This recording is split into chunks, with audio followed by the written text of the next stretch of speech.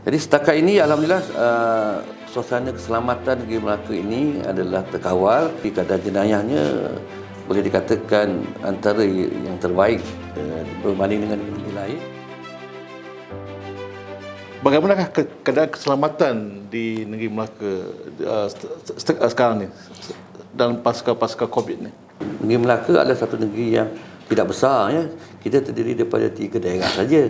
Melaka Tengah, Jasin dan Alor Gajah.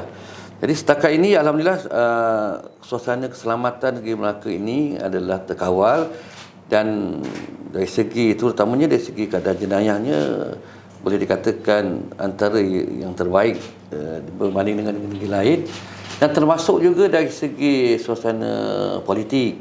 Ya, kita tahu apabila pertukaran kerajaan dan sebagainya, sikit sebanyak dia akan ada terlibatnya juga dari segi keselamatan, urus tabir negara dan sebagainya negeri.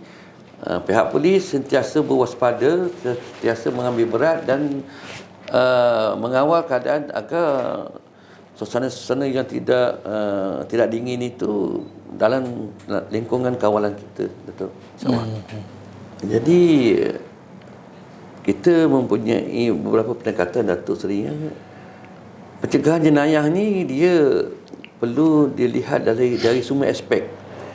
Antaranya kita ada pendekatan, kita gunakan konsep Amanita. Amanita ni bermakna engage house susuri rumah dengan pihak polis. Bermakna kita ada satu pasukan Amanita yang akan bergerak menggunakan motosikal dan menggunakan baju berwarna merah, pink, ya. Dia akan pergi ke kawasan-kawasan perumahan, menemubual suri rumah. Kita lihat kebanyakan kalau katalah kawasan perumahan berkenaan ada ketikanya kosong, Datuk Seri. Bermakna kalau suami isteri bekerja, kosong kawasan berkenaan. Jadi kalau ada, dan ada sekiranya ada isteri di rumah kalau yang tak bekerja, dia akan kita jadikan mata telinga untuk kita membantu pihak polis. Pertama. Yang kedua, kita ada juga satu app yang dia panggil Volunteer Smartphone Patrol, di mana app itu yang boleh didownloadkan daripada kita punya Google App. Dia dengan singkatan WSP, di mana sekiranya pihak-pihak yang berkenaan, ya, kita masyarakat awam ada maklumat, tak perlu ke balai polis, gunakan app berkenaan, sama ada boleh mengambil gambar ataupun hantar video pun kita terima, dan dia siap dengan lokasi. Location dan send kepada center yang berkenaan. Pihak polis akan meneliti maklumat yang berkenaan, apa tindakan yang boleh kita buat. Untuk Melaka saja setakat ini kita telah dapat seramai 40,000 orang telah mendaftar. Tapi kalau kita ikut jumlah penduduk Melaka ni lebih kurang 900,000, bermakna baru 4% daripada jumlah penduduk Melaka yang mendaftar app ni lah. Pendekatan yang lain juga, Datuk Seri, kita ada juga ambil pendekatan untuk pelibatan sekolah-sekolah dari segi pencegahan jenayah, di mana kita ada satu sekolah, satu pegawai polis. Kita ada lebih kurang 400 sekolah, saya rasa. Atau 400 mungkin dapat lagi, saya pun tak dapat yang detail. Jadi setiap sekolah kita ada satu pegawai, jadi pegawai perhubungan sekolah, di mana mereka ini akan berkomunikasi dengan pihak PIBG, dengan pihak guru besar. Dan sekiranya ada apa-apa isu, pihak sekolah senang berhubung dengan pihak polis kerana mereka ada maklumat pegawai perhubungan sekolah. Itu yang pertama, Datuk Seri. Yang kedua, kita ada juga pegawai perhubungan masjid. Jadi pegawai perhubungan masjid pun bertindak sebagai contoh, sama macam pegawai perhubungan sekolah, tetapi dalam bentuk lingkungan masjid lah.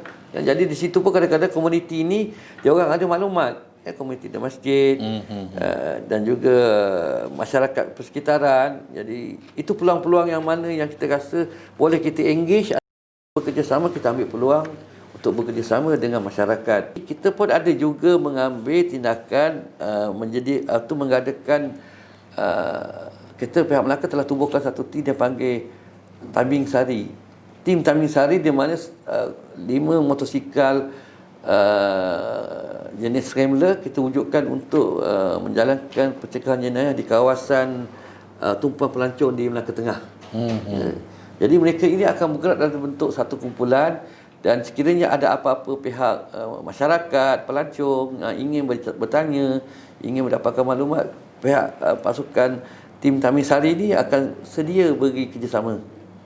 untuk mereka lebih dekat kepada masyarakat, dekat kepada pelancong, di mana kita tahu Datuk Seri di Melaka ni aktiviti utama dari segi menjana ekonomi negeri adalah pelancongan. Ya. Jadi kita sama-sama memberi tumpah di kawasan-kawasan berkenaan agar pihak masyarakat yang ingin datang melancong ke Melaka ni akan rasa lebih selamat. Teruja nak datang, terutamanya dalam keadaan COVID-19 ni, peluang melancong ke luar negara telah ditutup. Jadi Melaka ni merupakan salah satu tumpuan untuk mereka datang. Silalah datang melawat Melaka. Pihak kami sentiasa memberi kerjasama yang bagus dan sentiasa mengawasi dan memberi kawalan yang terbaik untuk memastikan pertama sekali keselamatan pelancong Datuk Seri.